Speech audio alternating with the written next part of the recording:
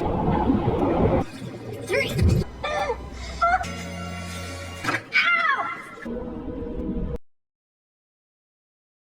आपका 12 feet deep movie में।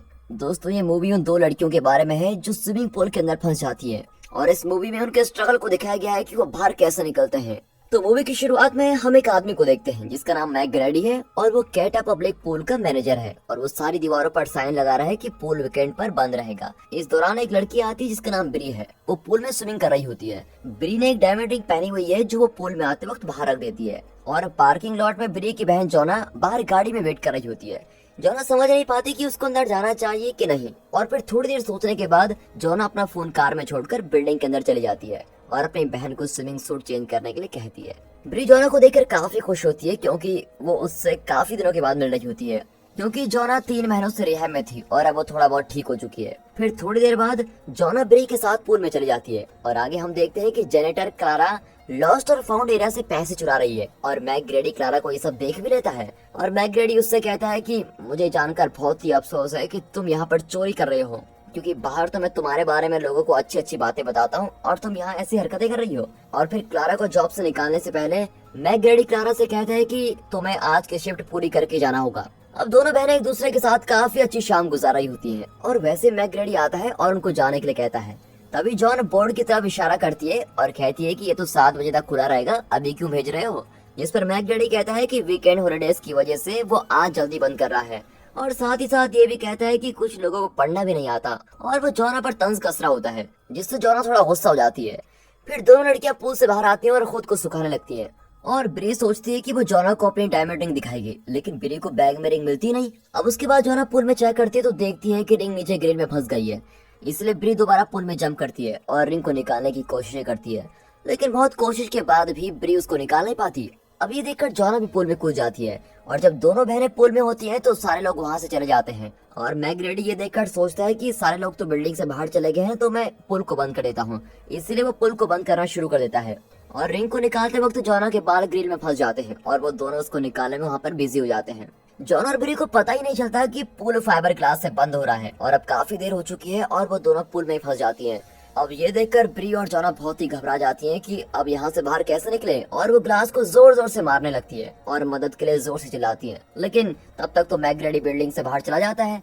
अब जॉना को लगता है कि ये सब मैक ग्रैडी ने जानबूझकर किया है। फिर थोड़ी देर चिल्लाने चीखने के बाद दोनों बहनें कवर को हटाने की कोशिश करती है, लेकिन ये हो नहीं पाता। उसके बाद ब्री पूल के सारे नेट और किनारे चेक करती है ताकि उसको कवर का कोई कमजोर हिस्सा मिल सके और थोड़ी देर बाद इधर उधर देखने के बाद जॉना को स्विमिंग सूट का पेयर मिलता है और फाइबर ग्लास में एक होल दिखाई देता है।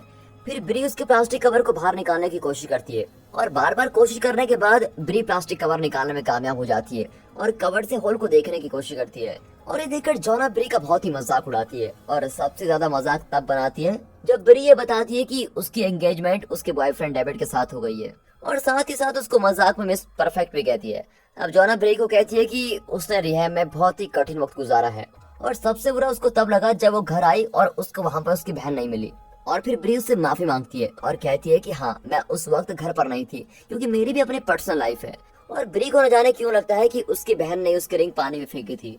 फिर ब्री गुस्से में दोबारा पूल के अंदर चली जाती है और रिंग को निकालने की कोशिश करती है और जब ब्री उसको निकालने में कामयाब हो जाती है और तब देखती है कि जॉना वहाँ पर उस प्लास्टिक के टुकड़े से उस छेद को चौड़ा कर रही है, लेकिन तभी उसके हाथ पर कट लग जाता है। अब वो उसको बताती है कि नीचे ग्रिल से फाइबर ग्लास टूट सकता है, लेकिन ब्री का बस का उस ग्रिल को निकालना नहीं है, इसलिए ब्री जॉना को हेल्प के लिए बुलाती है।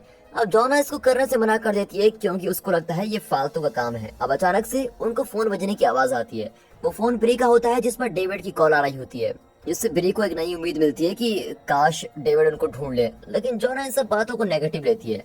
अब इसके बाद ब्री फिर से पूल के नीचे जाती है और ग्रिल को निकालने की कोशिश करती है, लेकिन कुछ नहीं होता। अब देखते देखते रात हो जाती है। जॉना कोई नाजुक कड़ी ढूंढ रही होती है और ब्री दीवार के साथ खड़ी रहती है। अब डेविड की कॉल को लेकर बहस करने के बाद जॉना देखती है कि ब्री की तबीयत खराब रही है और जॉना के पूछने पर ब्री उसको बताती है कि पिछले 3 साल से उसको डायबिटीज की बीमारी है और ब्री साथ ही साथ उसको बताती है कि अगर उसने इसकी दवा नहीं ली तो वो डायबिटीज कोमा में चली जाएगी।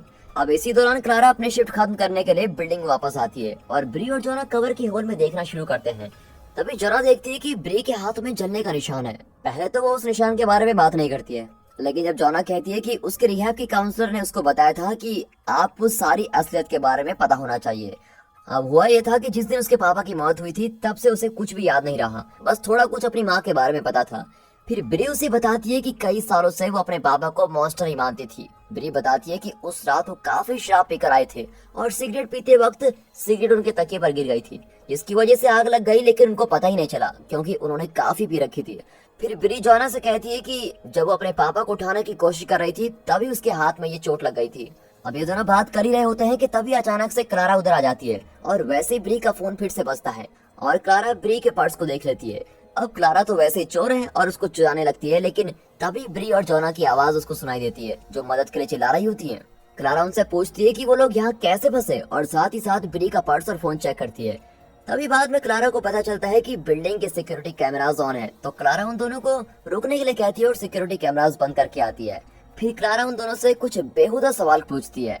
क्लारा ब्री से उसके फोन के पासवर्ड मांगती है और ब्री क्लारा को पासवर्ड दे भी देती है और ब्री को लगता है कि क्लारा उनकी हेल्प करेगी और पुलिस को कॉल करेगी, लेकिन क्लारा उल्टा उनकी हेल्प करने की जगह ब्री की फोटोज का मजाक बनाती है और डेविड के मैसेज पढ़ रही होती है। अब ये सब देखकर जॉना क्लारा की काफी बेइज्जती करती है, जिस पर क्लारा कहती है उसको काफी बिल्स चुकाने हैं जिसके लिए उसको नौकरी नहीं मिल रही है, लेकिन अब उसके पास एक ऑप्शन है। तो क्लारा कहती है कि अगर तुम मुझे अपने एटीएम का पिन नंबर दे दो तो मैं तुमको बाहर निकाल दूंगी। पहले तो ब्री और जॉना पासवर्ड देने के लिए नहीं मानती, लेकिन फिर क्लारा वहाँ पर जितने भी हीटर्स होते हैं उनको बंद कर देती है, जिसके कारण उनको पूरी रात ठंडे पानी में गुजारनी पड़ेगी। अब ब्री के पास उसको अपना पिन नंबर देने के सिवा कोई चारा नहीं मिलता, इसलिए ब्री वही करती है जो क्लारा उससे कहती है। अब उसके बाद हम देखते हैं कि क्लारा ब्री का पर्स लेकर वहाँ से चले जाती है और वो दोनों बहनें पुल में ठंड से घुट रही होती हैं। तभी जॉना देखती है कि ब्री की तबीयत ठंड की वजह से बहुत ही खराब हो रही है, इसलिए वो फिर से ग्रिल को निकालने की कोशिश करती है, लेकिन वो अपने डर की वजह से उस ग्रिल के पास जा नहीं पाती। तभी जॉना देखती है कि ब्री बेहोश होने लगती है और वैसे ही भागकर उसको उठाने की कोशिश करती है।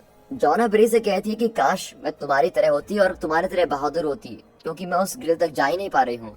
जिस पर ब्री उससे कहती है कि तुम मेरे जैसा ही हो, बस तुमको दिख नहीं रहा है। उसके बाद जॉना फिर से उस होल को देखती है, इसको देखकर ब्री को लगता है कि इससे सिर्फ एनर्जी वेस्ट होगी। इस पर जॉना कहती है कि खड़े रहने से तो अच्छा है कि हम घूमते रहें, जिससे हमारा शरीर गर्म रहेगा। ब्री जॉना से उसके सुसाइड के बारे में पूछती है, इस पर जॉना कहती है कि उसको लगता था कि उसके अंदर एक राक्षस है जो उसको खा रहा है। जॉना के पापा उसके साथ अच्छा बिहेव नहीं करता था और जॉना के कानों में उसके पापा की आवाज हमेशा ही गूंजती रहती है। ये उसको अपना दुखड़ा सुना ही रही होती है कि तभी अचानक से कोई इनको देख लेता है और वो कोई और नहीं क्लारा होती है, जो ब्री और जॉना से शिकायत करती है कि उनके बैंक अकाउंट में तो सिर्फ 80 बक्स है।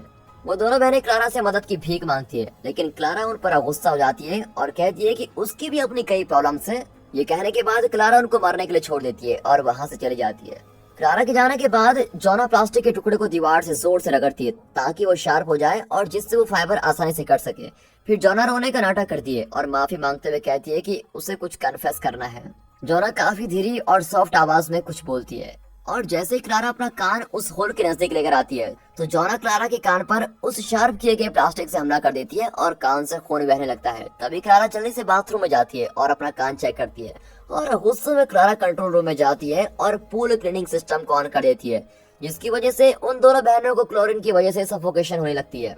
वो दोनों अपने हाथों से जेट्स को ब्लॉक कर लेती हैं और उन स्विमिंग सूट का इस्तेमाल करती हैं और खुद को स्ट्रॉन्ग साबित करती हैं। लेकिन ब्री धीरे धीरे होश खोने लगती है और डूबने भी लगती है, लेकिन जॉनस को पकड़ लेती है ताकि ब्री डूब न जाए और वो क्लारा को कहती है कि प्लीज हमारे साथ ऐसा मत करो, हमें यहाँ से बाहर निकालो। अब इससे क्लारा को थोड़ा एहसास होता है कि उसने जो किया है उससे उनकी जान भी जा सकती है, इसलिए वो उन पर तरस खाती है और कंट्रोल रूम में जाकर क्लीनिंग सिस्टम को बंद कर देती है। उसके बाद क्लारा उनके पास वापस जाती है और उन्हें कहती है कि वो लोग अब उसके कंट्रोल में हैं। फिर क्लारा उनकी आजादी के बदले ब्री की डायमंड रिंग मांगती है, लेकिन जॉना ब्री को रिंग देने के लिए मना कर देती है, लेकिन ब्री के पास कोई और ऑप्शन तो होता नहीं, इसलिए वो रिंग देने के लिए तैयार हो जाती है। अब आगे हम देखते हैं कि क्लारा रिंग को लेकर वहाँ से चली जाती है, जबकि उसने उनको बाहर निकालने का प्रॉमिस किया था। अब ब्री कुछ टाइम अकेला स्पेंड करना चाहती है, इसलिए वो पूल के अपोजिट साइड में चली जाती है और वहाँ पर उसको नींद आ जाती है। ब्री को सपना आता है कि डेविड 4 फायरमैन के साथ उसको बचाने आ रहा है और जॉना अभी अभी डूब रही होती है। और फिर जब ब्री आँख खोलती है तो वो देखती है कि जॉना उस प्लास्टिक से अपने गले को काटने वाली है। तभी ब्री जॉना को समझाती है और उसको बचा लेती है और कहती है कि वो हमेशा उसके साथ देगी। फिर जॉना ब्री को गले लगा लेती है और इसी दौरान क्लारा रिंग को घूर रही होती है और डेविड के मैसेज पढ़ रही होती है। क्लारा अपने दिमाग में कुछ सोचती है। फिर क्लारा पुल में वापस जाती है और ब्री जॉना को उसकी लीड फॉलो करने को कहती है। फिर दोनों बहनें क्लारा को कहती हैं कि उन्हें पता है कि तुम एक बहुत ही अच्छी लड़की हो, तुम्हें सबकी हेल्प करनी चाहिए। और अब क्लारा को उनके लिए और भी बुरा लगता है और वो उसकी मदद करने के लिए तैयार हो जाती है। लेकिन जैसे क्लारा कंट्रोल रूम में जाती है तो देखती है कि कोड तो काम ही नहीं कर रहा है और क्लारा जल्दी से जाकर उनको बता देती है कि ये कोड काम नहीं कर रहा है। ब्री क्लारा को पुलिस को कॉल करने को कहती है, लेकिन क्लारा फिर से जेल जाने से डर जाती है क्योंकि पहले भी क्लारा जेल जा चुकी है और उसको काफी टॉर्चर किया गया था। इसीलिए क्लारा ब्री का पर्स बेंच पर रखकर बिल्डिंग छोड़कर चली जाती है। अब आगे हम देखते हैं कि कुछ और घंटे बीत जाते हैं और ब्री काफी कमजोर पड़ चुकी है। जब जोना ब्री को देखने आती है तो ब्री उससे कुछ कहना चाहती है। ब्री कहती है कि उसने देखा था जब उसके पापा जोना के रूम में जाते थे तो वो क्या क्या करते थे और इसलिए ब्री ने उनको मारना चाहा। जिस रात उसके पापा के रूम में आग लगी थी उसने उनको हटाने की कोशिश नहीं की बल्कि उनको जलाने के लिए छोड़ दिया। अब उसके बाद जोना ब्री को पूल के साइड में रेस्ट करने के लिए छोड़ देती है और खुद पूल के नीचे जाकर ग्रिल को निकालने की कोशिश करती है। पहले 2 बार में तो जोना ग्रिल को निकाल नहीं पाती। उसके बाद स्विमिंग सूट को ग्रिल में बंद करके उसको खींचने की कोशिश करती है। अब जोना और जोर लगाकर उसको खींचती है और फाइनली वो ग्रिल को निकाल लेती है। तभी जोना की नजर ब्री पर पड़ती है और वो देखती है कि ब्री तो बेहोश हो रही है। तभी जोना ब्री को अपने मुंह से सांस देती है और उसको होश में लाने की कोशिश करती है। उसके बाद जोना ग्रिल से फायर ग्लास पर जोर जोर से मारती है और आखिरकार उसको तोड़ ही देती है। अब बाहर निकलने पर दोनों बहनों के शरीर पर बहुत से कट लग जाते हैं क्योंकि उस छोटे से होल से निकलना बहुत ही मुश्किल होता है। ब्री की हालत बहुत ही खराब हो गई होती है, इसलिए जोना ब्री को उसके पर्स से इंसुलिन का इंजेक्शन निकालती है और उसको लगा देती है। अब कुछ वक्त बाद ब्री होश में आने लगती है। अब वो दोनों बहुत ही खुश होते हैं लेकिन उनकी खुशी बस कुछ ही पल की होती है क्योंकि वैसे क्लारा उनके सामने आती है और गन लेकर उनको मारना चाहती है क्योंकि उसको लगता है कि अगर ये दोनों बहनें बाहर चली गई तो ये मेरा नाम फंसा देंगी। जिस पर जोना क्लारा को कहती है कि वो समझ सकती है कि क्लारा किन हालातों से गुजर रही है। जोना ये भी कहती है कि ब्री को कुछ मत करना क्योंकि सिर्फ उसकी जिंदगी में एक ब्री है। क्लारा को उन पर बहुत ही दया आती है और वो गन नीचे कर लेती है और फिर फाइनली क्लारा ब्री की रिंग को वापस कर देती है। तभी जोना ब्री का फोन लेती है और पुलिस को कॉल करती है और क्लारा को भी कहती है कि पुलिस के आने से पहले वो यहाँ से भाग जाए। और मूवी के आखिर में हम देखते हैं कि ब्री स्ट्रेचर में होती है और उसके आसपास डॉक्टर्स और जोना होती है। जोना ब्री को उसकी रिंग देती है और फिर आखिर में वो दोनों एक दूसरे के गले लगते हैं। और दोस्तों यहाँ पर ये मूवी खत्म होती है।